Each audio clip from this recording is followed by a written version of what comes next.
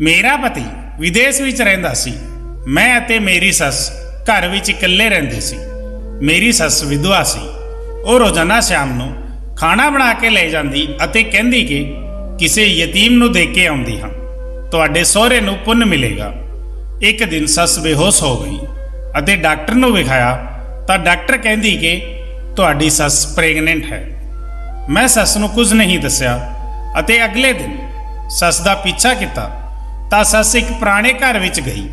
ਉੱਥੇ ਜਾ ਕੇ ਜਿਵੇਂ ਹੀ ਦਰਵਾਜ਼ਾ ਖੋਲ੍ਹਿਆ ਤਾਂ ਮੇਰੀਆਂ ਅੱਖਾਂ ਫੱਟੀਆਂ ਦੀ ਫੱਟੀਆਂ ਹੀ ਰਹਿ ਗਈਆਂ, ਕਿਉਂਕਿ ਮੇਰੀ ਸੱਸ, ਮੈਂ ਆਪਣੇ ਮਾਮੇ ਦੇ ਘਰ ਰਹਿੰਦੀ ਸੀ। ਮੇਰੇ ਅੱਗੇ ਪਿੱਛੇ ਕੋਈ ਨਹੀਂ ਸੀ।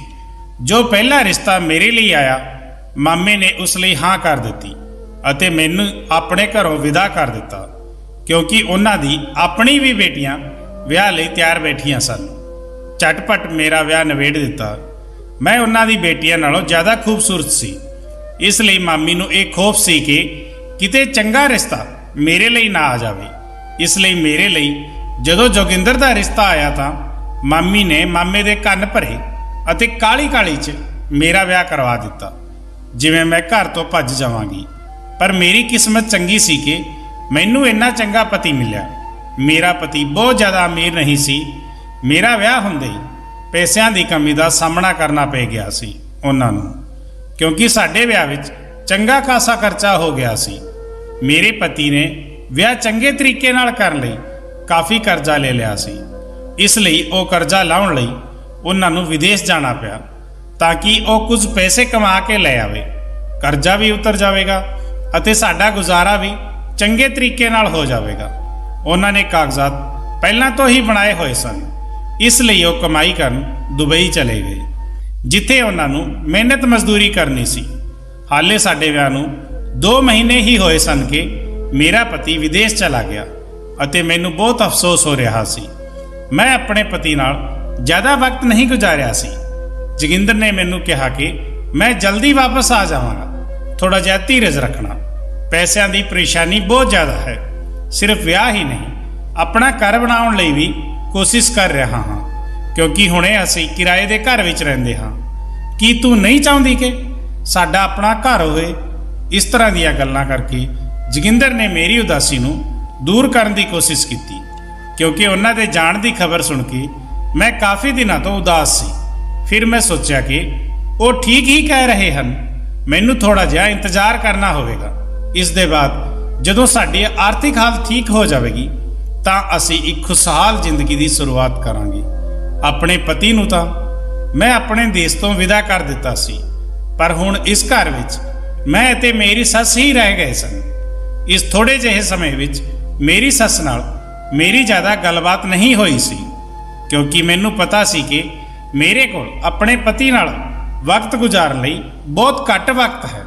ਇਸ ਲਈ ਵਿਆਹ ਤੋਂ ਲੈ ਕੇ ਹੁਣ ਤੱਕ ਦਾ ਸਾਰਾ ਸਮਾਂ ਦਿਨ ਰਾਤ ਮੈਂ ਆਪਣੇ ਪਤੀ ਨਾਲ ਹੀ ਗੁਜ਼ਾਰੇ ਸਨ। ਆਪਣੀ ਸੱਸ ਨਾਲ ਬੈਠਣ ਅਤੇ ਗੱਲ ਕਰਨ ਦਾ ਮੈਨੂੰ ਨਾ ਤਾਂ ਵਕਤ ਮਿਲਦਾ ਸੀ, ਨਾ ਹੀ ਫਿਲਹਾਲ ਕੋਈ ਜ਼ਰੂਰਤ ਸੀ। ਮੈਂ ਤਾਂ ਬਸ ਉਹਨਾਂ ਨੂੰ ਖਾਣਾ ਬਣਾ ਕੇ ਦਿੰਦੀ ਸੀ ਅਤੇ ਉਹ ਚੁੱਪਚਾਪ ਖਾ ਲੈਂਦੀ ਸੀ। ਮੇਰੀ ਸੱਸ ਸਾਰਾ ਦਿਨ ਅਤੇ ਸਾਰੀ ਰਾਤ ਕੀ ਕਰਦੀ ਰਹਿੰਦੀ ਸੀ, ਮੈਨੂੰ ਉਸ ਤੋਂ ਕੋਈ ਮਤਲਬ ਨਹੀਂ ਸੀ। ਪਰ ਹੁਣ ਜਦੋਂ ਕਿ ਮੇਰੇ ਪਤੀ ਚਲੇ ਗਏ ਸਨ ਤਾਂ ਘਰ ਵਿੱਚ ਮੈਂ ਅਤੇ ਮੇਰੀ ਸੱਸ ਹੀ ਸਨ। ਇਸ ਲਈ ਸਾਡੇ ਦੋਨਾਂ ਦੀ ਥੋੜੀ ਬਹੁਤ ਗੱਲਬਾਤ ਹੋ ਜਾਇਆ ਕਰਦੀ ਸੀ। ਪਰ ਮੇਰੀ ਸੱਸ ਕੁਝ ਅਜੀਬ ਜਿਹੀ ਸੀ। ਉਹ ਆਮ ਸੱਸ ਦੀ ਤਰ੍ਹਾਂ ਨਹੀਂ ਸੀ। ਕੰਮ ਨਾ ਕਰਦੇ ਮੈਨੂੰ ਕੁਝ ਨਹੀਂ ਕਹਿੰਦੀ ਸੀ। ਖਾਮੋਸ਼ੀ ਨਾਲ ਆਪਣੇ ਆਪ ਕੰਮ ਕਰ ਲੈਂਦੀ ਸੀ। ਮੈਨੂੰ ਜੇਕਰ ਜਾਗਣ ਵਿੱਚ ਦੇਰ ਹੋ ਜਾਂਦੀ ਤਾਂ ਉਹ ਨਾਸ਼ਤਾ ਬਣਾ ਦਿਆ ਕਰਦੀ ਸੀ। ਮੇਰੇ ਮੇਲੇ ਕੁਚੇਲੇ ਕੱਪੜੇ ਧੋਣ ਲੱਗ ਜਾਂਦੀ। ਇਹਨਾਂ तमाम ਗੱਲਾਂ ਨਾਲ ਮੈਨੂੰ ਖੁਸ਼ੀ ਨਹੀਂ ਮਿਲਦੀ ਸੀ, ਸਗੋਂ ਗੁੱਸਾ ਆਉਣ ਲੱਗਾ ਸੀ। ਇੱਕ ਦਿਨ ਮੈਂ ਉਹਨਾਂ ਨੂੰ ਕਹਿ ਦਿੱਤਾ ਕਿ ਤੁਸੀਂ ਮੁਹੱਲੇ ਵਾਲਿਆਂ ਨੂੰ ਕੀ ਦੱਸਣਾ ਚਾਹੁੰਦੀ ਹੋ ਕਿ ਤੁਹਾਡੀ ਨੂੰਹ ਨੂੰ ਕੰਮ ਨਹੀਂ ਆਉਂਦਾ, ਦਿਨ ਚੜੇ ਸੋਈ ਰਹਿੰਦੀ ਹੈ, ਕੱਪੜੇ ਨਹੀਂ ਧੋ ਸਕਦੀ, ਸਫਾਈ ਨਹੀਂ ਕਰ ਸਕਦੀ। ਦੂਜੇ ਸ਼ਬਦਾਂ ਵਿੱਚ ਤਾਂ ਤੁਸੀਂ ਮੈਨੂੰ ਬਦਨਾਮ ਕਰਨਾ ਚਾਹੁੰਦੇ ਹੋ ਮੁਹੱਲੇ ਭਰ ਵਿੱਚ। ਮੇਰਾ ਇੰਨਾ ਕਹਿਣਾ ਸੀ ਕਿ ਉਸ ਦੇ ਬਾਅਦ ਮੇਰੀ ਸੱਸ ਨੇ ਕਿਸੇ ਕੰਮ ਨੂੰ ਹੱਥ ਨਹੀਂ ਲਗਾਇਆ। ਹੁਣ ਜੇਕਰ ਹਫ਼ਤਿਆਂ ਤੱਕ ਮੇਰੇ ਕੱਪੜੇ ਮੇਲੇ ਕੁਚੇਲੇ ਪਏ ਰਹਿੰਦੇ ਤਾਂ ਵੀ ਉਹ ਨਹੀਂ ਧੋਂਦੀ ਸੀ। ਜੇਕਰ ਮੈਂ ਦੇਰ ਨਾਲ ਜਾਗਦੀ ਸੀ ਤਾਂ ਵੀ ਉਹ ਚਾਹ ਨਾਸ਼ਤਾ ਨਹੀਂ ਬਣਾਉਂਦੀ ਸੀ, ਸਿਰਫ ਆਪਣੇ ਲਈ ਹੀ ਬਣਾਉਂਦੀ ਸੀ। ਮੈਨੂੰ ਇਸ ਗੱਲ ਤੇ ਵੀ ਹੈਰਾਨੀ ਹੋਈ ਸੀ ਕਿ ਉਹਨਾਂ ਨੇ ਮੇਰੇ ਨਾਲ ਕੋਈ ਲੜਾਈ ਝਗੜਾ ਨਹੀਂ ਕੀਤਾ ਸੀ, ਸਗੋਂ ਖਾਮੋਸ਼ੀ ਨਾਲ ਸਾਰੇ ਕੰਮ ਛੱਡ ਦਿੱਤੇ ਸਨ। ਫਿਰ ਕੁਝ ਦਿਨਾਂ ਬਾਅਦ ਇੱਕ ਅਜੀਬ ਜਿਹੀ ਗੱਲ ਹੋਣ ਲੱਗੀ।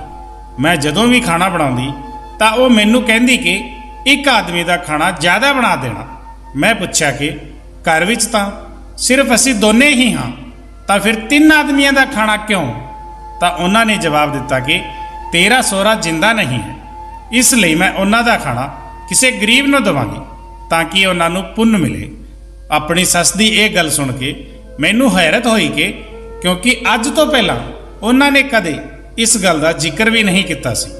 ਜਦੋਂ ਤੱਕ ਮੇਰੇ ਪਤੀ ਇੱਥੇ ਸਨ, ਉਹਨਾਂ ਨੇ ਕਦੇ ਵੀ ਮੇਰੇ ਸਹੁਰੇ ਦਾ ਖਾਣਾ ਕਿਸੇ ਗਰੀਬ ਨੂੰ ਨਹੀਂ ਦਿੱਤਾ ਸੀ। ਹੈਰਤ ਦੀ ਗੱਲ ਇਹ ਸੀ ਕਿ ਉਹ ਦਿਨ ਦਾ ਖਾਣਾ ਨਹੀਂ ਦਿੰਦੀ ਸੀ, ਸਿਰਫ ਰਾਤ ਦਾ ਖਾਣਾ ਹੀ ਦਿੰਦੀ ਸੀ। ਮੇਰੇ ਮਨ ਵਿੱਚ ਕਈ ਤਰ੍ਹਾਂ ਦੇ ਸਵਾਲ ਉੱਭਰਨ ਲੱਗੇ ਸਨ, ਪਰ ਮੈਂ ਪੁੱਛਣਾ ਠੀਕ ਨਹੀਂ ਸਮਝਿਆ। ਮੈਂ ਸੋਚਿਆ ਕਿ ਹੋ ਸਕਦਾ ਹੈ ਕਿ ਉਹ ਪਹਿਲਾਂ ਵੀ ਖਾਣਾ ਦਿੰਦੀ ਰਹੀ ਹੋਵੇ। ਮੈਂ ਤਾਂ ਆਪਣੇ ਪਤੀ ਵਿੱਚ ਮਗਨ ਸੀ। ਮੈਂ ਕਦੇ ਵੇਖਿਆ ਵੀ ਨਹੀਂ ਕਿ ਉਹਨਾਂ ਨੇ ਰਾਤ ਨੂੰ ਖਾਣਾ ਦਿੱਤਾ ਹੈ ਕਿਸੇ ਗਰੀਬ ਨੂੰ ਜਾਂ ਨਹੀਂ। ਪਰ ਮੈਨੂੰ ਉਹਨਾਂ ਦੀ ਇਹ ਗੱਲ ਬਹੁਤ ਚੰਗੀ ਲੱਗੀ। ਉਹਨਾਂ ਦੇ ਪਤੀ ਨੂੰ ਗੁਜ਼ਰੇ 2 ਸਾਲ ਹੋਏ ਸਨ ਅਤੇ ਉਹ ਉਹਨਾਂ ਦੇ ਪੁੰਨ ਲਈ ਕਿਸੇ ਗਰੀਬ ਨੂੰ ਖਾਣਾ ਦੇ ਰਹੀ ਸੀ, ਤਾਂ ਇਹ ਚੰਗੀ ਗੱਲ ਸੀ। ਬਹੁਤ ਘੱਟ ਔਰਤਾਂ ਅਜਿਹੀਆਂ ਹੁੰਦੀਆਂ ਹਨ ਜੋ ਆਪਣੇ ਪਤੀ ਦੀ ਮੁਕਤੀ ਲਈ ਅਜਿਹਾ ਕਰਦੀਆਂ ਹਨ। ਮੈਂ ਆਪਣੀ ਜ਼ਿੰਦਗੀ ਵਿੱਚ ਅਜਿਹੀਆਂ ਔਰਤਾਂ ਬਹੁਤ ਘੱਟ ਵੇਖੀਆਂ ਸਨ ਅਤੇ ਆਪਣੀ ਸੱਸ ਨੂੰ ਵੇਖ ਕੇ ਤਾਂ ਮੈਨੂੰ ਬਹੁਤ ਖੁਸ਼ੀ ਹੋਈ ਸੀ। ਉਹ ਇੱਕ ਰੁੱਖੀ ਸੁੱਕੀ ਜਿਹੀ ਔਰਤ ਲੱਗਦੀ ਸੀ ਜਿਸ ਨੂੰ ਕਿਸੇ ਵੀ ਚੀਜ਼ ਵਿੱਚ ਕੋਈ ਦਿਲਚਸਪੀ ਨਹੀਂ ਸੀ। ਮੈਨੂੰ ਉਹਨਾਂ ਵਿੱਚ ਕਦੇ ਕੋਈ ਖਾਸ ਚੰਗਿਆਈ ਨਜ਼ਰ ਨਹੀਂ ਆਈ, ਪਰ ਇਹ ਗੱਲ ਮੈਨੂੰ ਬਹੁਤ ਚੰਗੀ ਲੱਗੀ ਅਤੇ ਮੇਰੇ ਦਿਲ ਵਿੱਚ ਉਹਨਾਂ ਦੀ ਇੱਜ਼ਤ ਬਹੁਤ ਵੱਧ ਗਈ ਸੀ। ਅਜਿਹਾ ਇਸ ਲਈ ਵੀ ਹੋਇਆ ਸੀ ਕਿ ਮੇਰਾ ਨਵਾਂ ਵਿਆਹ ਹੋਇਆ ਸੀ ਅਤੇ ਮੈਨੂੰ ਆਪਣੇ ਪਤੀ ਨਾਲ ਬਹੁਤ ਮੁਹੱਬਤ ਸੀ। ਮੈਂ ਉਹਨਾਂ ਨੂੰ ਯਾਦ ਕਰਦੀ ਸੀ ਤਾਂ ਮੈਂ ਆਪਣੀ ਸੱਸ ਦਾ ਦਰਦ ਮਹਿਸੂਸ ਕਰ ਸਕਦੀ ਸੀ। ਮੈਂ ਸੋਚਦੀ ਸੀ ਕਿ ਮੈਂ ਆਪਣੇ ਪਤੀ ਨਾਲ ਇੰਨੀ ਮੁਹੱਬਤ ਕਰਦੀ ਹਾਂ ਕਿ ਉਹ ਥੋੜੇ ਸਮੇਂ ਲਈ ਮਜਬੂਰਨ ਦੇਸ਼ ਤੋਂ ਬਾਹਰ ਗਏ ਹਨ, ਤਾਂ ਵੀ ਮੇਰਾ ਇਹ ਹਾਲ ਹੈ। ਹਾਲਾਂਕਿ ਮੈਨੂੰ ਉਮੀਦ ਹੈ ਕਿ ਉਹ ਵਾਪਸ ਆ ਜਾਣਗੇ, ਪਰ ਮੇਰੇ ਸੱਸ ਦੇ ਪਤੀ ਤਾਂ ਦੁਨੀਆ ਤੋਂ ਹੀ ਚਲੇ ਗਏ ਸਨ ਅਤੇ ਉਹਨਾਂ ਨੂੰ ਤਾਂ ਉਮੀਦ ਵੀ ਨਹੀਂ ਸੀ ਕਿ ਉਹ ਕਦੇ ਵਾਪਸ ਆਉਣਗੇ। ਅਜਿਹੀ ਗੱਲ ਸੋਚ ਕੇ ਹੀ ਮੇਰਾ ਦਿਲ ਡੁੱਬਣ ਲੱਗਦਾ ਸੀ ਅਤੇ ਫਿਰ ਮੈਨੂੰ ਮੇਰੀ ਸੱਸ ਨਾਲ ਹਮਦਰਦੀ ਹੁੰਦੀ ਚਲੀ ਗਈ। ਹੁਣ ਹਰ ਉਹ ਔਰਤ ਜਿਸ ਨੂੰ ਆਪਣੇ ਪਤੀ ਨਾਲ ਮੁਹੱਬਤ ਹੋਵੇ, ਮੈਨੂੰ ਉਹ ਔਰਤ ਚੰਗੀ ਲੱਗਦੀ ਸੀ ਅਤੇ ਜੋ ਔਰਤਾਂ ਬਿਨਾਂ ਵਜ੍ਹਾ ਆਪਣੇ ਪਤੀ ਦੀ ਬੁਰਾਈਆਂ ਕਰਦੀਆਂ ਸਨ, ਮੇਰਾ ਉਹਨਾਂ ਕੋਲ ਬੈਠਣ ਨੂੰ ਵੀ ਦਿਲ ਨਹੀਂ ਕਰਦਾ ਸੀ। ਮੇਰੀ ਸੱਸ ਰੋਜ਼ ਖਾਣਾ ਲੈ ਕੇ ਘਰ ਤੋਂ ਬਾਹਰ ਚਲੀ ਜਾਂਦੀ ਸੀ ਅਤੇ ਕਾਫੀ ਦੇਰ ਤੱਕ ਬਾਹਰ ਹੀ ਰਹਿੰਦੀ ਸੀ। ਇੱਥੋਂ ਤੱਕ ਕਿ ਮੈਨੂੰ ਨੀਂਦ ਆਉਣ ਲੱਗ ਜਾਂਦੀ ਸੀ, ਪਰ ਮੈਨੂੰ ਜਾਗਣਾ ਹੁੰਦਾ ਸੀ ਕਿਉਂਕਿ ਮੈਨੂੰ ਆਪਣੀ ਸੱਸ ਲਈ ਦਰਵਾਜ਼ਾ ਖੋਲ੍ਹਣਾ ਹੁੰਦਾ ਸੀ। ਇੱਕ ਦਿਨ ਪਰੇਸ਼ਾਨ ਹੋ ਕੇ ਮੈਂ ਆਪਣੀ ਸੱਸ ਨੂੰ ਕਿਹਾ ਕਿ ਤੁਸੀਂ ਖਾਣਾ ਦੇਣ ਜਾਂਦੀ ਹੋ ਤਾਂ ਇੰਨਾ ਵਕਤ ਕਿਉਂ ਲਗਾਉਂਦੀ ਹੋ? ਮੈਂ ਜਲਦੀ ਸੌਣ ਦੀ ਆਦੀ ਹਾਂ ਕਿਉਂਕਿ ਸਵੇਰੇ ਹੀ ਜੋਗਿੰਦਰ ਦੇ ਫੋਨ ਦਾ ਵਕਤ ਹੁੰਦਾ ਹੈ। ਮੇਰੀ ਸੱਸ ਨੇ ਕਿਹਾ ਕਿ ਗਰੀਬ ਨੂੰ ਖਾਣਾ ਦੇਣ ਤੋਂ ਬਾਅਦ ਮੈਂ ਗੁਆਂਢ ਵਿੱਚ ਚਲੀ ਜਾਂਦੀ ਹਾਂ, ਉੱਥੇ ਗੱਲਾਂ ਕਰਦੀ ਹਾਂ, ਇਸ ਲਈ ਥੋੜੀ ਦੇਰ ਹੋ ਜਾਂਦੀ ਹੈ। ਅੱਗੇ ਤੋਂ ਤੂੰ ਸੋ ਜਾਇਆ ਕਰ ਅਤੇ ਮੇਰੀ ਫਿਕਰ ਛੱਡ ਦੇ। ਮੈਂ ਦਰਵਾਜ਼ੇ ਨੂੰ ਬਾਹਰ ਤੋਂ ਜਿੰਦਾ ਲਾ ਕੇ ਜਾਵਾਂਗੀ ਅਤੇ ਕੁੰਜੀ ਵੀ ਆਪਣੇ ਨਾਲ ਰੱਖਾਂਗੀ। ਸੱਸ ਦੀ ਇਹ ਗੱਲ ਸੁਣ ਕੇ ਮੈਨੂੰ ਸਕੂਨ ਆ ਗਿਆ ਸੀ, ਯਾਨੀ ਕਿ ਮੇਰੀ ਸਮੱਸਿਆ ਦਾ ਹੱਲ ਹੋ ਗਿਆ ਸੀ। ਹੁਣ ਮੈਂ ਬੇਫਿਕਰੀ ਨਾਲ ਸੋ ਸਕਦੀ ਸੀ। ਮੇਰੇ ਪਤੀ ਦੀ ਉੱਥੇ ਨਾਈਟ ਡਿਊਟੀ ਸੀ, ਇਸ ਲਈ ਉਹ ਰਾਤ 'ਚ ਮੇਰੇ ਨਾਲ ਗੱਲ ਨਹੀਂ ਕਰਦੇ ਸਨ ਅਤੇ ਮੈਂ ਜਲਦੀ ਸੋ ਜਾਇਆ ਕਰਦੀ ਸੀ। ਸਾਡੀ ਗੱਲ ਸਵੇਰੇ ਹੀ ਹੁੰਦੀ ਸੀ ਅਤੇ ਉਸ ਦੇ ਬਾਅਦ ਦਿਨ ਵਿੱਚ ਕਈ ਵਾਰ ਹੁੰਦੀ ਸੀ। ਮੈਂ ਸੋਚਿਆ ਕਿ ਸੱਸ ਇਕੱਲੀ ਬੋਰ ਹੁੰਦੀ ਹੈ, ਇਸ ਲਈ ਉੱਥੇ ਰੋਜ਼ ਗੁਆਂਢ ਦੀਆਂ ਔਰਤਾਂ ਦੇ ਘਰ ਜਾ ਕੇ ਬੈਠ ਜਾਂਦੀ ਹੈ। ਮੈਨੂੰ ਉਹਨਾਂ ਦੇ ਜਾਣ ਤੇ ਕੋਈ ਇਤਰਾਜ਼ ਨਹੀਂ ਸੀ। ਨਾ ਉਹ ਮੇਰੇ ਮਾਮਲੇ ਵਿੱਚ ਦਖਲ ਦਿੰਦੀ ਸੀ ਅਤੇ ਨਾ ਮੈਂ ਉਹਨਾਂ ਦੇ ਮਾਮਲੇ ਵਿੱਚ। ਹੁਣ ਤਾਂ ਮੈਂ ਆਪਣੇ ਆਪ ਨੂੰ ਖੁਸ਼ਕਿਸਮਤ ਸਮਝਣ ਲੱਗੀ ਸੀ ਕਿ ਮੈਨੂੰ ਇੰਨੀ ਚੰਗੀ ਸੱਸ ਮਿਲੀ ਹੈ ਜੋ ਮੈਨੂੰ ਕੁਝ ਨਹੀਂ ਕਹਿੰਦੀ, ਵਰਨਾ ਵਿਆਹ ਤੋਂ ਪਹਿਲਾਂ ਤਾਂ ਸਭ ਨੇ ਸੱਸ ਦਾ ਅਜਿਹਾ ਰੂਪ ਮੇਰੇ ਦਿਮਾਗ ਵਿੱਚ ਬਣਾ ਦਿੱਤਾ ਸੀ ਕਿ ਮੈਨੂੰ ਬਹੁਤ ਡਰ ਲੱਗਦਾ ਸੀ ਕਿ ਨਾ ਜਾਣੇ ਮੇਰੀ ਸੱਸ ਕਿਵੇਂ ਦੀ ਹੋਵੇਗੀ। ਜ਼ਿੰਦਗੀ ਇੰਜ ਹੀ ਚੱਲ ਰਹੀ ਸੀ ਕਿ ਇੱਕ ਦਿਨ ਅਚਾਨਕ ਮੈਨੂੰ ਅਜਿਹੀ ਖਬਰ ਮਿਲੀ ਜਿਸ ਨੂੰ ਸੁਣ ਕੇ ਮੇਰੇ ਪੈਰਾਂ ਹੇਠੋਂ ਜ਼ਮੀਨ ਖਿਸਕ ਗਈ ਅਤੇ ਮੈਂ ਜੋ ਇੰਨੇ ਦਿਨਾਂ ਤੋਂ ਦਿਲ ਹੀ ਦਿਲ ਵਿੱਚ ਆਪਣੀ ਸੱਸ ਦੀ ਤਾਰੀਫ ਕਰ ਰਹੀ ਸੀ, ਉਹਨਾਂ ਨਾਲ ਮੈਨੂੰ ਇੱਕ ਪਲ ਵਿੱਚ ਹੀ ਨਫ਼ਰਤ ਮਹਿਸੂਸ ਹੋਣ ਲੱਗੀ।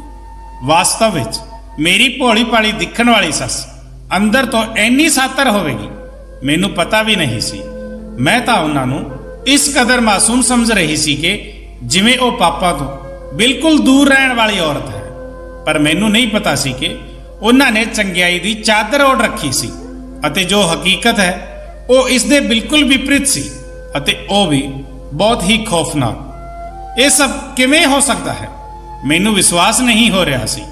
ਇਹ ਹਕੀਕਤ ਜਾਣ ਕੇ ਤਾਂ ਮੈਂ ਬਹੁਤ ਪਰੇਸ਼ਾਨ ਹੋ ਗਈ ਅਤੇ ਸੋਚ ਰਹੀ ਸੀ ਕਿ ਮੈਂ ਆਪਣੇ ਪਤੀ ਨੂੰ ਇਹ ਸਭ ਕੁਝ ਦੱਸ ਦੇਵਾਂ। ਭਲਾ ਇਹ ਵੀ ਕੋਈ ਦੱਸਣ ਵਾਲੀ ਗੱਲ ਸੀ ਜੋ ਮੈਂ ਕਿਸੇ ਨੂੰ ਦੱਸਦੀ? ਮੈਂ ਤਾਂ ਆਪਣੇ ਆਪ ਦੁਹਰਾਉਂਦੇ ਹੋਏ ਸ਼ਰਮਸਾਰ ਹੋ ਰਹੀ ਸੀ। ਭਲਾ ਮੇਰੀ ਬੁੜੀ ਸੱਸ ਇਸ ਤਰ੍ਹਾਂ ਕਿਵੇਂ ਕਰ ਸਕਦੀ ਸੀ? ਪਰ ਜਦੋਂ ਮੈਂ ਗੌਰ ਕੀਤਾ ਤਾਂ ਉਹ ਇੰਨੀ ਬੁੜੀ ਵੀ ਨਹੀਂ ਸੀ। ਮੇਰੀ ਸੱਸ ਨੇ ਦੱਸਿਆ ਕਿ ਜਦੋਂ ਉਹਨਾਂ ਦਾ ਵਿਆਹ ਹੋਇਆ ਸੀ ਤਾਂ ਉਹਨਾਂ ਦੀ ਉਮਰ 14 ਸਾਲ ਸੀ। ਇਹ ਕੋਈ ਹੈਰਾਨੀ ਦੀ ਗੱਲ ਨਹੀਂ ਸੀ, ਅਸਲ ਵਿੱਚ ਅਜਿਹਾ ਹੁੰਦਾ ਸੀ। ਅਤੇ ਹੁਣ ਮੇਰੀ ਸੱਸ 40 ਸਾਲ ਤੋਂ ਕੁਝ ਹੀ ਉੱਤੇ ਹੋਣੀ ਹੈ, ਪਰ ਹੁਣ ਉਹਨਾਂ ਦੀ ਤਬੀਅਤ ਅਕਸਰ ਖਰਾਬ ਰਹਿੰਦੀ ਸੀ, ਜਿਸ ਦੀ ਵਜ੍ਹਾ ਨਾਲ ਅਜਿਹਾ ਮਹਿਸੂਸ ਹੁੰਦਾ ਸੀ ਕਿ ਉਹਨਾਂ ਤੇ ਬੁਢਾਪਾ ਆ ਗਿਆ ਹੈ। ਪਰ ਕੁਝ ਦਿਨਾਂ ਤੋਂ ਮੈਂ ਇਹ ਵੀ ਵੇਖਿਆ ਸੀ ਕਿ ਉਹਨਾਂ ਦੇ ਚਿਹਰੇ ਤੇ ਇੱਕ ਵਾਰ ਫਿਰ ਤੋਂ ਰੌਣਕ ਆਉਣ ਲੱਗੀ ਸੀ। ਇੱਕ ਦਿਨ ਅਚਾਨਕ ਉਹ ਮੇਰੇ ਸਾਹਮਣੇ ਚੱਕਰ ਖਾ ਕੇ ਡਿੱਗ ਪਈ ਤਾਂ ਮੈਂ ਪਰੇਸ਼ਾਨ ਹੋ ਗਈ। ਉਹਨਾਂ ਨੂੰ ਹੋਸ਼ ਵਿੱਚ ਲਿਆਉਣ ਦੀ ਪੂਰੀ ਕੋਸ਼ਿਸ਼ ਕੀਤੀ ਅਤੇ ਮੇਰੇ ਕੋਸ਼ਿਸ਼ ਕਰਨ ਤੇ ਉਹ ਛੇਤੀ ਹੀ ਹੋਸ਼ ਵਿੱਚ ਆ ਗਈ ਸੀ। ਮੈਂ ਉਹਨਾਂ ਨੂੰ ਪੁੱਛਿਆ ਕਿ ਤੁਹਾਨੂੰ ਕੀ ਹੋਇਆ ਹੈ? ਤਾਂ ਉਹਨਾਂ ਨੇ ਕਿਹਾ ਕਿ ਸ਼ਾਇਦ ਮੇਰਾ ਬਲੱਡ ਪ੍ਰੈਸ਼ਰ ਲੋ ਹੋ ਗਿਆ ਹੈ। ਹਾਂ ਠੀਕ ਹੈ, ਮੈਂ ਤੁਹਾਨੂੰ ਹਸਪਤਾਲ ਲੈ ਕੇ ਚੱਲਦੀ ਹਾਂ। ਮੈਂ ਰਿਕਸ਼ਾ ਫੜਿਆ ਅਤੇ ਉਹਨਾਂ ਨੂੰ ਨੇੜੇ ਦੇ ਹਸਪਤਾਲ ਲੈ ਕੇ ਚਲੀ ਗਈ, ਪਰ ਉਹ ਇੱਕ ਵਾਰ ਫਿਰ ਤੋਂ ਬੇਹੋਸ਼ ਹੋ ਗਈ। ਮੈਂ ਪਰੇਸ਼ਾਨ ਹੋ ਗਈ ਕਿ ਆਖਿਰ ਉਹਨਾਂ ਨੂੰ ਹੋਇਆ ਕੀ ਹੈ। ਸ਼ਾਇਦ ਸਹੀ ਵਿੱਚ ਉਹਨਾਂ ਦਾ ਬਲੱਡ ਪ੍ਰੈਸ਼ਰ ਬਹੁਤ ਜ਼ਿਆਦਾ ਲੋ ਹੋ ਗਿਆ ਹੈ, ਜਾਂ ਗਰਮੀ ਵੀ ਤਾਂ ਹੈ। ਡਾਕਟਰ ਨੇ ਕਿਹਾ ਕਿ ਉਹਨਾਂ ਦੇ ਕੁਝ ਟੈਸਟ ਹੋਣਗੇ। ਡਾਕਟਰ ਨੇ ਉਹਨਾਂ ਨੂੰ ਇੰਜੈਕਸ਼ਨ ਦਿੱਤਾ ਅਤੇ ਉਹਨਾਂ ਦੇ ਖੂਨ ਦਾ ਸੈਂਪਲ ਲੈ ਕੇ ਕੁਝ ਟੈਸਟ ਕੀਤੇ। ਉਹਨਾਂ ਦੇ ਹੋਸ਼ ਵਿੱਚ ਆਉਣ ਦੇ ਬਾਅਦ ਅਸੀਂ ਘਰ ਵਾਪਸ ਆ ਗਏ। ਪਰ ਅਗਲੀ ਸਵੇਰ ਜਦੋਂ ਮੈਂ ਰਿਪੋਰਟ ਲੈਣ ਗਈ ਤਾਂ ਮੇਰੇ ਪੈਰਾਂ ਹੇਠੋਂ ਜ਼ਮੀਨ ਖਿਸਕ ਗਈ, ਕਿਉਂਕਿ ਉਸ ਰਿਪੋਰਟ ਮੁਤਾਬਕ ਤਾਂ ਮੇਰੀ ਸੱਸ ਪ੍ਰੈਗਨੈਂਟ ਸੀ। ਇਹ ਵੇਖ ਕੇ ਤਾਂ ਮੇਰਾ ਸਿਰ ਚਕਰਾਉਣ ਲੱਗਾ ਕਿ ਇਹ ਸਭ ਕੀ ਹੋ ਰਿਹਾ ਹੈ। ਮੈਂ ਸੱਸ ਨੂੰ ਕੁਝ ਨਹੀਂ ਦੱਸਿਆ ਅਤੇ ਬਦਨਾਮੀ ਦੇ ਡਰ ਤੋਂ ਉਹ ਰਿਪੋਰਟ ਛੁਪਾ ਦਿੱਤੀ। ਮੇਰੀ ਸੱਸ ਦੀ ਤਬੀਅਤ ਉਂਝ ਹੀ ਖਰਾਬ ਸੀ। ਇਸ ਖਰਾਬ ਤਬੀਅਤ ਦੇ ਬਾਵਜੂਦ ਉਹ ਰੋਜ਼ ਦੀ ਤਰ੍ਹਾਂ ਖਾਣਾ ਲੈ ਕੇ ਜਾਂਦੀ ਸੀ। ਮੈਨੂੰ ਗੁੱਸਾ ਆ ਗਿਆ। ਮੈਂ ਕਿਹਾ ਕਿ ਕਿਸ ਤਰ੍ਹਾਂ ਦਾ ਡਰਾਮਾ ਕਰ ਰਹੀ ਹੈ ਇਹ ਔਰਤ। ਮੈਂ ਇਹਨਾਂ ਦੀ ਆਪਣੇ ਪਤੀ ਨਾਲ ਮੁਹੱਬਤ ਦੇਖ ਕੇ ਬਹੁਤ ਪ੍ਰਭਾਵਿਤ ਹੋ ਗਈ ਸੀ, ਪਰ ਮੈਨੂੰ ਨਹੀਂ ਪਤਾ ਸੀ ਇਹ ਔਰਤ ਇੰਨੀ ਡਿੱਗੀ ਹੋਈ ਨਿਕਲੇਗੀ। ਹੁਣ ਤਾਂ ਮੈਨੂੰ ਭਰੋਸਾ ਹੋ ਗਿਆ ਸੀ ਕਿ ਇਹ ਖਾਣਾ ਦੇਣ ਦੇ ਬਹਾਨੇ ਆਪਣੇ ਆਸ਼ਕ ਨਾਲ ਮਿਲਣ ਜਾਂਦੀ ਸੀ। ਯਕੀਨਨ ਖਾਣਾ ਵੀ ਉਸੇ ਨੂੰ ਹੀ ਦਿੰਦੀ ਹੋਣੀ, ਸਗੋਂ ਉਸਦੇ ਨਾਲ ਮਿਲ ਕੇ ਖਾਂਦੀ ਹੋਣੀ, ਕਿਉਂਕਿ ਉਹ ਬਹੁਤ ਸਾਰਾ ਖਾਣਾ ਲੈ ਕੇ ਜਾਂਦੀ ਸੀ, ਜੋ ਕਿ 2 ਜਣਿਆਂ ਲਈ ਕਾਫੀ ਹੁੰਦਾ ਸੀ। ਪਹਿਲਾਂ ਮੈਂ ਇਹਨਾਂ ਚੀਜ਼ਾਂ ਦੇ ਧਿਆਨ ਨਹੀਂ ਦਿੱਤਾ, ਪਰ ਹੁਣ ਮੈਂ ਸੋਚਣ ਤੇ ਮਜਬੂਰ ਹੋ ਗਈ ਸੀ, ਕਿਉਂਕਿ ਗੱਲ ਹੀ ਅਜਿਹੀ ਸੀ। ਮੈਂ ਫੈਸਲਾ ਕੀਤਾ ਕਿ ਇਸ ਗੱਲ ਦਾ ਪਤਾ ਲਗਾ ਕੇ ਹੀ ਰਹਾਂਗੀ ਕਿ ਆਖਿਰ ਮਾਮਲਾ ਕੀ ਹੈ ਅਤੇ ਮੇਰੀ ਸੱਸ ਰੋਜ਼ਾਨਾ ਰਾਤ ਨੂੰ ਕਿੱਥੇ ਜਾਂਦੀ ਹੈ। ਮੈਂ ਸੋਚਿਆ ਕਿ ਮੈਂ ਸਾਰੇ ਪੱਕੇ ਸਬੂਤ ਇਕੱਠੇ ਕਰਾਂਗੀ। ਇਸ ਦੇ ਬਾਅਦ ਹੀ ਆਪਣੇ ਪਤੀ ਨੂੰ ਸਾਰੀ ਗੱਲ ਦੱਸਾਂਗੀ। ਮੇਰੇ ਪਤੀ ਨੂੰ ਵੀ ਪਤਾ ਚੱਲੇ ਕਿ ਉਹਨਾਂ ਦੀ ਮਾਂ ਨੇ ਕਿੰਨੀ ਅਜੀਬ ਹਰਕਤ ਕੀਤੀ ਹੈ। ਇਨਸਾਨ ਜਵਾਨੀ ਵਿੱਚ ਅਜਿਹੀ ਗਲਤੀ ਕਰਦਾ ਹੈ ਤਾਂ ਗੱਲ ਸਮਝ ਵਿੱਚ ਆਉਂਦੀ ਹੈ, ਪਰ ਬੁਢਾਪੇ ਦੀ ਦਹਿਲੀਜ਼ ਤੇ ਕਦਮ ਰੱਖਦੇ ਹੋਏ ਮੇਰੀ ਸੱਸ ਨੂੰ ਥੋੜਾ ਵੀ ਅਹਿਸਾਸ ਨਹੀਂ ਹੋਇਆ ਕਿ ਉਹ ਪਲ ਪਲ ਮੌਤ ਦੇ ਕਰੀਬ ਹੋ ਰਹੀ ਹੈ। ਉਂਝ ਤਾਂ ਮੌਤ ਹਰ ਵਕਤ ਕਿਸੇ ਵੀ ਇਨਸਾਨ ਦੇ ਸਿਰ ਤੇ ਹੁੰਦੀ ਹੈ, ਕਦੇ ਵੀ ਆ ਸਕਦੀ ਹੈ, ਪਰ ਬੁਢਾਪਾ ਤਾਂ ਮੌਤ ਦਾ ਸੰਕੇਤ ਹੁੰਦਾ ਹੈ। ਉਮਰ ਦੇ ਇਸ ਪੜਾਅ ਵਿੱਚ ਦਾਖਲ ਹੁੰਦੇ ਹੋਏ ਮੇਰੀ ਸੱਸ ਨੂੰ ਪੂਜਾ ਪਾਠ ਵਿੱਚ ਮਗਨ ਹੋਣਾ ਚਾਹੀਦਾ ਸੀ, ਨਾ ਕਿ ਉਮਰ ਦੇ ਇਸ ਪੜਾਅ ਵਿੱਚ ਆ ਕੇ ਉਹ ਅਜਿਹਾ ਕੰਮ ਕਰੇ ਜਿਸ ਤਰ੍ਹਾਂ ਦਾ ਕੰਮ ਉਹ ਕਰੀ ਬੈਠੀ ਹੈ। ਮੈਂ ਸੱਸ ਦਾ ਪਿੱਛਾ ਕਰਨ ਦੀ ਠਾਣ ਲਈ ਸੀ। ਸੋਚਿਆ ਕਿ ਅੱਜ ਰਾਤ ਜਦੋਂ ਉਹ ਖਾਣਾ ਲੈ ਕੇ ਬਾਹਰ ਜਾਵੇਗੀ ਤਦ ਮੈਂ ਉਹਨਾਂ ਦੇ ਪਿੱਛੇ ਜਾਵਾਂਗੀ, ਪਰ ਮੈਨੂੰ ਯਾਦ ਆਇਆ ਕਿ ਉਹ ਤਾਲੇ ਦੀ ਚਾਬੀ ਆਪਣੇ ਨਾਲ ਲੈ ਕੇ ਜਾਂਦੀ ਸੀ ਅਤੇ ਬਾਹਰ ਤੋਂ ਤਾਲਾ ਲਗਾ ਕੇ ਜਾਂਦੀ ਸੀ, ਕਿਉਂਕਿ ਮੈਂ ਹੀ ਉਹਨਾਂ ਨੂੰ ਕਿਹਾ ਸੀ ਕਿ ਮੈਨੂੰ ਜਲਦੀ ਨੀਂਦ ਆ ਜਾਂਦੀ ਹੈ। ਉਹਨਾਂ ਦਾ ਇੰਤਜ਼ਾਰ ਕਰਦੇ ਹੋਏ ਮੈਨੂੰ ਦੇਰ ਹੋ ਜਾਂਦੀ ਹੈ। ਮੈਂ ਆਪਣੀ ਸੱਸ ਨੂੰ ਕਿਹਾ ਕਿ ਉਹ ਅੱਜ ਤੋਂ ਬਾਅਦ ਬਾਹਰ ਤੋਂ ਤਾਲਾ ਲਾ ਕੇ ਨਾ ਜਾਇਆ ਕਰੇ। ਮੈਨੂੰ ਡਰ ਲੱਗਦਾ ਹੈ ਕਿ ਕਿਤੇ ਘਰ ਵਿੱਚ ਅੱਗ ਆਦ ਲੱਗ ਗਈ ਤਾਂ ਮੈਂ ਕਿਵੇਂ ਬਾਹਰ ਨਿਕਲਾਂਗੀ। ਮੇਰੀ ਇਹ ਗੱਲ ਸੁਣ ਕੇ ਸੱਸ ਦੇ ਚਿਹਰੇ ਦਾ ਰੰਗ ਫਿੱਕਾ ਪੈ ਗਿਆ। ਮੈਂ ਮਹਿਸੂਸ ਕੀਤਾ ਕਿ ਮੇਰੀ ਇਹ ਗੱਲ ਉਹਨਾਂ ਨੂੰ ਚੰਗੀ ਨਹੀਂ ਲੱਗੀ। ਹੁਣ ਤਾਂ ਮੈਨੂੰ ਭਰੋਸਾ ਹੋ ਗਿਆ ਸੀ ਕਿ ਜ਼ਰੂਰ ਦਾਲ ਵਿੱਚ ਕੁਝ ਕਾਲਾ ਹੈ। ਜਿਵੇਂ ਹੀ ਮੇਰੀ ਸੱਸ ਖਾਣਾ ਲੈ ਕੇ ਬਾਹਰ ਗਈ ਤਾਂ ਮੈਂ ਆਪਣੀ ਪੁਰਾਣੀ ਚਾਦਰ ਚੁੱਕੀ, ਜੋ ਕਿ ਵਿਆਹ ਤੋਂ ਪਹਿਲਾਂ ਮੈਂ ਇਸਤੇਮਾਲ ਕਰਦੀ ਸੀ ਅਤੇ ਵਿਆਹ ਦੇ ਬਾਅਦ ਵੀ ਇਸ ਚਾਦਰ ਨੂੰ ਯਾਦਗਾਰ ਦੇ ਤੌਰ ਤੇ ਆਪਣੇ ਨਾਲ ਲਿਆਏ ਸੀ। ਇਸ ਚਾਦਰ ਦਾ ਇਸਤੇਮਾਲ ਮੈਂ ਇਸ ਲਈ ਕੀਤਾ ਸੀ ਤਾਂ ਕਿ ਸੱਸ ਮੈਨੂੰ ਪਹਿਚਾਣ ਨਾ ਸਕੇ, ਵਰਨਾ ਜੋ ਚਾਦਰ ਮੈਂ ਰੋਜ਼ ਇਸਤੇਮਾਲ ਕਰਦੀ ਸੀ ਉਸ ਤੋਂ ਤਾਂ ਉਹ ਬਖੂਬੀ ਪਛਾਣ ਸਕਦੀ ਸੀ ਕਿ ਮੈਂ ਉਹਨਾਂ ਦਾ ਪਿੱਛਾ ਕਰ ਰਹੀ ਹਾਂ। ਰਾਤ ਦੇ 9 ਵਜ ਰਹੇ ਸਨ ਅਤੇ ਗਲੀ ਸੁਨਸਾਨ ਹੋ ਗਈ ਸੀ, ਕਿਉਂਕਿ ਮੁਹੱਲੇ ਵਾਲੇ ਜਲਦੀ ਤੋਂ ਸੌਣ ਦੇ ਆਦੀ ਸਨ। ਮੈਂ ਇਸ ਤਰ੍ਹਾਂ ਸੱਸ ਦਾ ਪਿੱਛਾ ਕਰ ਰਹੀ ਸੀ ਕਿ ਉਹਨਾਂ ਨੂੰ ਥੋੜਾ ਵੀ ਸ਼ੱਕ ਨਾ ਹੋਵੇ ਕਿ ਕੋਈ ਉਹਨਾਂ ਦੇ ਪਿੱਛੇ ਹੈ। ਉਹ ਸ਼ਾਇਦ ਆਪਣੀ ਧੁਨ ਵਿੱਚ ਚਲਦੀ ਜਾ ਰਹੀ ਸੀ। ਖਾਣਾ ਹੱਥਾਂ ਵਿੱਚ ਫੜੀ ਚਲਦੇ ਚਲਦੇ ਉਹ ਬਹੁਤ ਦੂਰ ਆ ਗਈ ਸੀ। ਮੈਨੂੰ ਹੈਰਾਨੀ ਹੋਈ ਕਿ ਇੱਕ ਬਿਮਾਰ ਔਰਤ ਇੰਨੀ ਦੂਰ ਕਿਵੇਂ ਆ ਸਕਦੀ ਹੈ। ਫਿਰ ਉਹ ਇੱਕ ਪੁਰਾਣੇ ਜਿਹੇ ਘਰ ਵਿੱਚ ਵੜ ਗਈ, ਜੋ ਬਹੁਤ ਹੀ ਟੁੱਟਿਆ ਫੁੱਟਿਆ ਜਿਹਾ ਸੀ। ਮੈਨੂੰ ਡਰ ਸੀ ਕਿ ਅੰਦਰ ਵੜਦੇ ਹੀ ਕਿਤੇ ਉਹ ਦਰਵਾਜ਼ਾ ਬੰਦ ਨਾ ਕਰ ਲਵੇ, ਪਰ ਜਦੋਂ ਮੈਂ ਪਿੱਛਾ ਕੀਤਾ ਤਾਂ ਵੇਖਿਆ ਕਿ ਦਰਵਾਜ਼ੇ ਵਿੱਚ ਤਾਂ ਕੋਈ ਕੁੰਡੀ ਹੀ ਨਹੀਂ ਸੀ। ਯਾਨੀ ਕਿ ਉਹ ਘਰ ਇੰਨਾ ਪੁਰਾਣਾ ਤੇ ਟੁੱਟਿਆ ਫੁੱਟਿਆ ਸੀ ਕਿ ਉਸ ਦੀਆਂ ਦੀਵਾਰਾਂ ਵੀ ਇਸ ਗੱਲ ਦੀ ਗਵਾਹ ਸੀ। ਮੈਂ ਦੱਬੇ ਪੈਰ ਇਸ ਘਰ ਦੇ ਅੰਦਰ ਵੜੀ ਤਾਂ ਮੈਂ ਦੇਖਿਆ ਕਿ ਉੱਥੇ ਮੇਰੀ ਹੀ ਸੱਸ ਦਾ ਹਾਣੀ ਇੱਕ ਸ਼ਖਸ ਮੌਜੂਦ ਸੀ ਅਤੇ ਮੇਰੀ ਸੱਸ ਉਸ ਨਾਲ ਬਹੁਤ ਖੁਸ਼ ਹੋ ਕੇ ਗੱਲਾਂ ਕਰ ਰਹੀ ਸੀ। ਨਾ ਸਿਰਫ ਗੱਲਾਂ ਕਰ ਰਹੀ ਸੀ, ਸਗੋਂ ਆਪਣੇ ਹੱਥਾਂ ਨਾਲ ਨਿਵਾਲੇ ਬਣਾ ਕੇ ਉਸ ਸ਼ਖਸ ਨੂੰ ਖਿਲਾ ਰਹੀ ਸੀ। ਇਹ ਦ੍ਰਿਸ਼ ਵੇਖ ਕੇ ਤਾਂ ਮੇਰਾ ਉੱਤੇ ਦਾ ਸਾਂ ਉੱਤੇ ਅਤੇ ਹੇਠਾਂ ਦਾ ਸਾਂ ਹੇਠਾਂ ਰਹਿ ਗਿਆ ਸੀ ਕਿ ਇਹ ਸਭ ਕੀ ਹੋ ਰਿਹਾ ਸੀ। ਯਾਨੀ ਕਿ ਮੇਰੀ ਸੱਸ ਰੋਜ਼ਾਨਾ ਮੈਨੂੰ ਝੂਠ ਬੋਲ ਕੇ ਜਾਂਦੀ ਸੀ ਕਿ ਉਹ ਗਰੀਬ ਬੱਚਿਆਂ ਨੂੰ ਖਾਣਾ ਦੇਣ ਜਾਂਦੀ ਹੈ, ਜਦੋਂ ਕਿ ਉਹ ਇੱਥੇ ਕਿਸੇ ਅਣਜਾਣ ਆਦਮੀ ਦੇ ਘਰ ਆ ਕੇ ਨਾ ਸਿਰਫ ਆਪਣੇ ਹੱਥਾਂ ਨਾਲ ਖਾਣਾ ਖਵਾਉਂਦੀ ਹੈ, ਸਗੋਂ ਉਸ ਤੋਂ ਖੁਸ਼ ਹੋ ਕੇ ਗੱਲਾਂ ਵੀ ਕਰ ਰਹੀ ਸੀ ਅਤੇ ਉਸ ਨਾਲ ਕਾਫੀ ਵਕਤ ਗੁਜ਼ਾਰਦੀ ਸੀ। ਇੱਥੋਂ ਤੱਕ ਕਿ ਮੈਂ ਸੋ ਜਾਂਦੀ ਹਾਂ ਅਤੇ ਜਦੋਂ ਮੈਂ ਪੁੱਛਦੀ ਹਾਂ ਤਾਂ ਕਹਿੰਦੀ ਹੈ ਕਿ ਮੁਹੱਲੇ ਦੀਆਂ ਔਰਤਾਂ ਨਾਲ ਬੈਠੀ ਸੀ ਅਤੇ ਮੈਂ ਕਿੰਨੀ ਮੂਰਖ ਸੀ ਕਿ ਮੈਂ ਉਹਨਾਂ ਸਭ ਗੱਲਾਂ ਤੇ ਧਿਆਨ ਦੇਣਾ ਤਾਂ ਦੂਰ ਦੀ ਗੱਲ, ਕਦੇ ਸੱਸ ਉੱਤੇ ਜਰਾ ਵੀ ਸ਼ੱਕ ਨਹੀਂ ਕੀਤਾ ਸੀ ਅਤੇ ਮੈਂ ਉਹਨਾਂ ਨੂੰ ਇੱਕ ਚੰਗੀ ਔਰਤ ਸਮਝਦੀ ਰਹੀ, ਜੋ ਆਪਣੇ ਪਤੀ ਦੀ ਵਫਾਦਾਰ ਹੈ ਅਤੇ ਉਹਨਾਂ ਦੇ ਪੁੰਨ ਲਈ ਆਪਣੇ ਆਪ ਗਲੀ 'ਚ ਬਾਹਰ ਆ ਕੇ ਗਰੀਬਾਂ ਨੂੰ ਖਾਣਾ ਦਿੰਦੀ ਹੈ। ਪਰ ਹੁਣ ਗੱਲ ਸਿਰਫ ਖਾਣਾ ਖਵਾਉਣ ਦੀ ਹੱਦ ਤੱਕ ਨਹੀਂ ਸੀ, ਨਾ ਹੀ ਕਿਸੇ ਅਣਜਾਣ ਸ਼ਖਸ ਨਾਲ ਗੱਲਾਂ ਕਰਨ ਦੀ ਹੱਦ ਤੱਕ ਸੀ, ਸਗੋਂ ਗੱਲ ਤਾਂ ਇਸ ਤੋਂ ਵੀ ਬਹੁਤ ਅੱਗੇ ਨਿਕਲ ਚੁੱਕੀ ਸੀ। ਮੇਰੀ ਸੱਸ ਤਾਂ ਪ੍ਰੈਗਨੈਂਟ ਹੋ ਚੁੱਕੀ ਸੀ। ਹੁਣ ਤਾਂ ਮੈਨੂੰ ਭਰੋਸਾ ਹੋ ਗਿਆ ਸੀ ਕਿ ਇਹੀ ਉਹ ਸ਼ਖਸ ਹੈ ਜਿਸ ਨਾਲ ਮੇਰੀ ਸੱਸ ਦਾ ਕੋਈ ਚੱਕਰ ਹੈ। ਇਸੇ ਵਜ੍ਹਾ ਕਰਕੇ ਉਹ ਖਾਣਾ ਦੇਣ ਦੇ ਬਹਾਨੇ ਇੱਥੇ ਆਉਂਦੀ ਹੈ। ਹੁਣ ਇਹ ਆਦਮੀ ਕੌਣ ਹੈ ਮੈਂ ਨਹੀਂ ਜਾਣਦੀ ਸੀ। ਪਹਿਲਾਂ ਤਾਂ ਮੇਰਾ ਦਿਲ ਕੀਤਾ ਕਿ ਮੈਂ ਉੱਥੇ ਜਾ ਕੇ ਉਹਨਾਂ ਦੋਨਾਂ ਦੇ ਮੂੰਹ ਉੱਤੇ ਹੀ ਉਹਨਾਂ ਨੂੰ ਬੁਰਾ ਭਲਾ ਕਹਾਂ। ਫਿਰ ਮੈਨੂੰ ਖਿਆਲ ਆਇਆ ਕਿ ਉਹ ਦੋਨੇ ਕਿਤੇ ਮੈਨੂੰ ਨੁਕਸਾਨ ਨਾ ਪਹੁੰਚਾ ਦੇਣ ਅਤੇ ਮੈਂ ਪਿੱਛੇ ਆਪਣਾ ਘਰ ਵੀ ਖੁੱਲਾ ਛੱਡ ਕੇ ਆਈ ਸੀ, ਕਿਤੇ ਚੋਰ ਨਾ ਵੜ ਜਾਣ। ਜਿਵੇਂ ਹੀ ਮੇਰੇ ਦਿਲ ਵਿੱਚ ਚੋਰ ਦਾ ਖਿਆਲ ਆਇਆ, ਮੈਂ ਤੁਰੰਤ ਵਾਪਸ ਆ ਗਈ, ਕਿਉਂਕਿ ਮੇਰੇ ਘਰ ਵਿੱਚ ਮੇਰੇ ਗਹਿਣੇ ਆਦਿ ਵੀ ਪਏ ਸਨ ਅਤੇ ਕੁਝ ਕੀਮਤੀ ਸਮਾਨ ਵੀ ਸੀ। ਮੈਂ ਸੋਚ ਕੇ ਪਾਗਲ ਹੋ ਰਹੀ ਸੀ। ਮੇਰਾ ਦਿਮਾਗ ਫਟ ਰਿਹਾ ਸੀ। ਮੈਂ ਫੈਸਲਾ ਕਰ ਲਿਆ ਸੀ ਕਿ ਮੇਰੀ ਸੱਸ ਘਰ ਆਵੇਗੀ ਤਾਂ ਮੈਂ ਉਸਦੇ ਸਾਹਮਣੇ ਉਹ ਸਭ ਕੁਝ ਬੋਲ ਦੇਵਾਂਗੀ ਜੋ ਮੇਰੇ ਦਿਲ ਵਿੱਚ ਹੈ। ਉੱਥੇ ਤਾਂ ਮੈਂ ਉਸ ਅਣਜਾਣ ਸ਼ਖਸ ਦੇ ਡਰ ਤੋਂ ਕੁਝ ਨਹੀਂ ਕਿਹਾ ਸੀ, ਪਰ ਘਰ ਵਿੱਚ ਤਾਂ ਮੈਂ ਬੋਲ ਸਕਦੀ ਸੀ।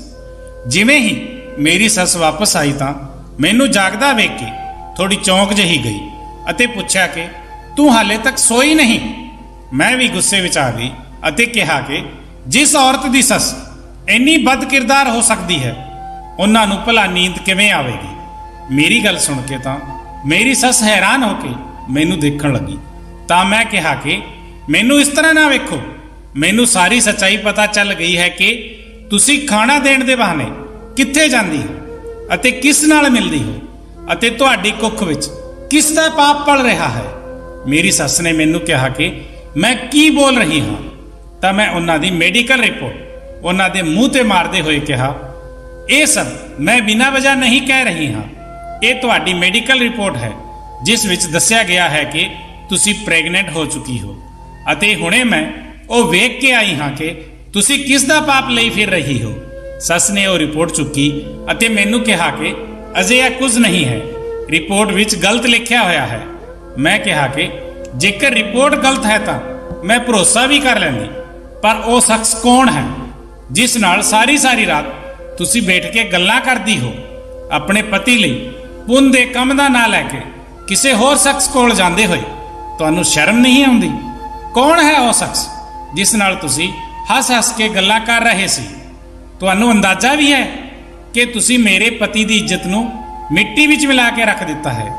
ਕੀ ਮੂੰਹ ਦਿਖਾਉਣਗੇ ਮੇਰੇ ਪਤੀ ਸਾਰੀ ਦੁਨੀਆ ਨੂੰ ਕਿ ਉਸ ਦੀ ਬੁੜੀ ਮਾਂ ਜੋ ਬੁਢਾਪੇ ਦੀ ਦਹਲੀਜ਼ ਤੇ ਹੈ ਉਹ ਪ੍ਰੈਗਨੈਂਟ ਹੋ ਗਈ?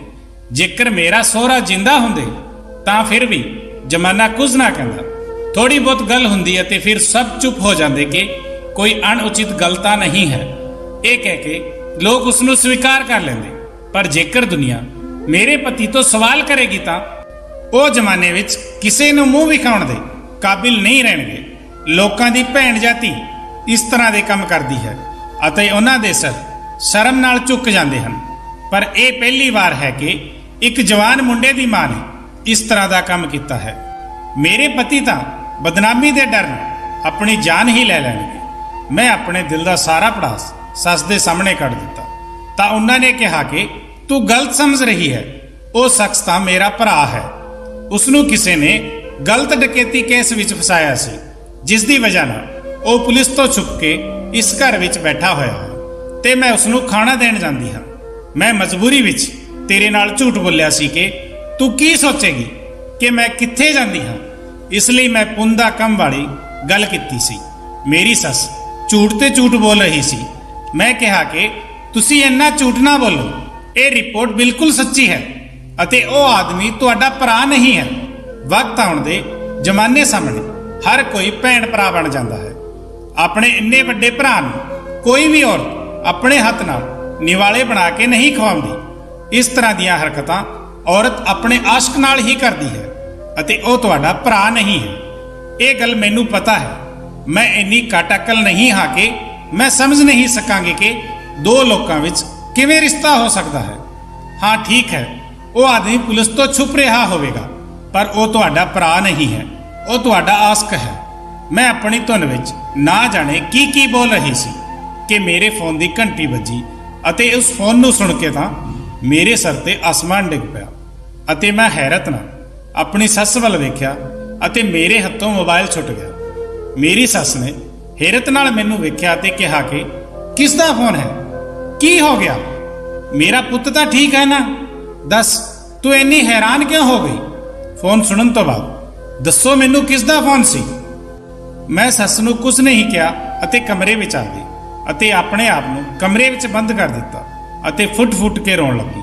ਮੇਰੀ ਸੱਸ ਦਰਵਾਜ਼ਾ ਵਜਾ ਰਹੀ ਸੀ ਅਤੇ ਮੈਨੂੰ ਪੁੱਛ ਰਹੀ ਸੀ ਕਿ ਕਿਸ ਦਾ ਫੋਨ ਹੈ ਅਤੇ ਮੈਂ ਰੋ ਕਿਉਂ ਰਹੀ ਹਾਂ।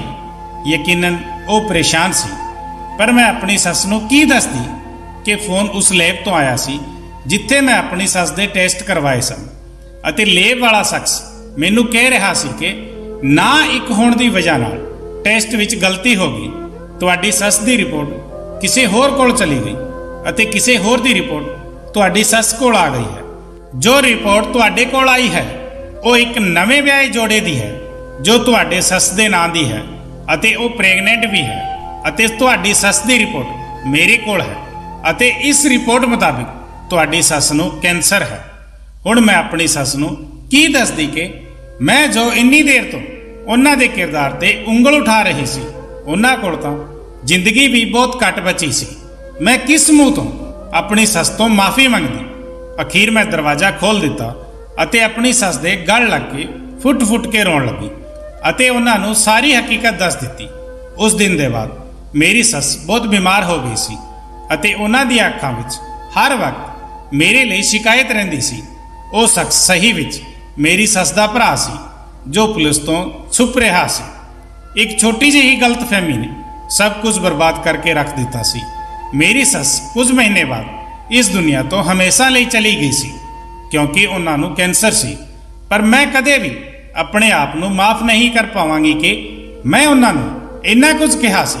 ਮੈਨੂੰ ਉਹਨਾਂ ਦੀ ਗੱਲ ਗੰਭੀਰਤਾ ਨਾਲ ਸੁਣਨੀ ਚਾਹੀਦੀ ਸੀ, ਸਮਝਣੀ ਚਾਹੀਦੀ ਸੀ ਅਤੇ ਲੇਬ ਵਾਲਿਆਂ ਨੂੰ ਕਹਿਣਾ ਚਾਹੀਦਾ ਸੀ ਕਿ ਤੁਹਾਡੀ ਰਿਪੋਰਟ ਵਿੱਚ ਜ਼ਰੂਰ ਕੋਈ ਗਲਤੀ ਹੈ, ਪਰ ਬਜਾਏ ਇਸ ਦੇ ਕਿ ਮੈਂ ਇਹ ਸਭ ਕੁਝ ਕਰਦੀ, ਮੈਂ ਅੱਖਾਂ ਬੰਦ ਕਰਕੇ ਹਰ ਚੀਜ਼ ਤੇ ਭਰੋਸਾ ਕਰ ਲਿਆ ਸੀ, ਸਿਰਫ ਆਪਣੀ ਸੱਸ ਦੀ ਗੱਲ ਨੂੰ ਛੱਡ ਕੇ। ਕਾਸ਼ ਕਿ ਮੈਂ ਇੱਕ ਪਲ ਵੀ ਸੋਚਦੀ ਕਿ ਰਿਪੋਰਟ ਗਲਤ ਵੀ ਹੋ ਸਕਦੀ ਹੈ। ਮੈਨੂੰ ਇਹ ਗੱਲ ਸੋਚਣੀ ਚਾਹੀਦੀ ਸੀ, ਅੱਗੇ ਜਾ ਕੇ ਡਾਕਟਰ ਨਾਲ ਗੱਲ ਕਰਨੀ ਚਾਹੀਦੀ ਸੀ, ਪਰ ਮੈਂ ਆਪਣੀ ਜ਼ਿੰਦਗੀ ਦੀ ਸਭ ਤੋਂ ਵੱਡੀ ਗਲਤੀ ਕਰ ਦਿੱਤੀ ਸੀ ਅਤੇ ਮੇਰੇ ਦਿਲ ਵਿੱਚ ਹਮੇਸ਼ਾ ਇਸ ਗੱਲ ਦਾ ਬੋਝ ਰਹੇਗਾ।